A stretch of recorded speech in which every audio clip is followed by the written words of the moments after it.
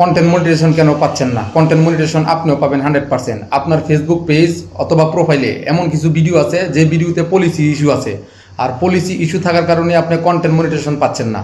এখন এই পলিসি ইস্যুকৃত ভিডিওগুলো খুঁজে বের করতে হবে, খুঁজে বের করে ডিলিট করতে হবে। এখন কোথায় থেকে খুঁজে বের করবেন, কীভাবে ডিলিট করবেন, আমার এই ভিডিওটা কন্টিনিউ দেখতে থাকেন। ফেসবুক পেজ অথবা প্রোফাইল লগ ইন করে উপরে 3 লাইনে ক্লিক করবেন। 3 লাইনে ক্লিক করার পর দেখবেন নিচে স্ক্রল করে নিচে আসবেন, আসলে দেখবেন সাপোর্ট ইনবক্স।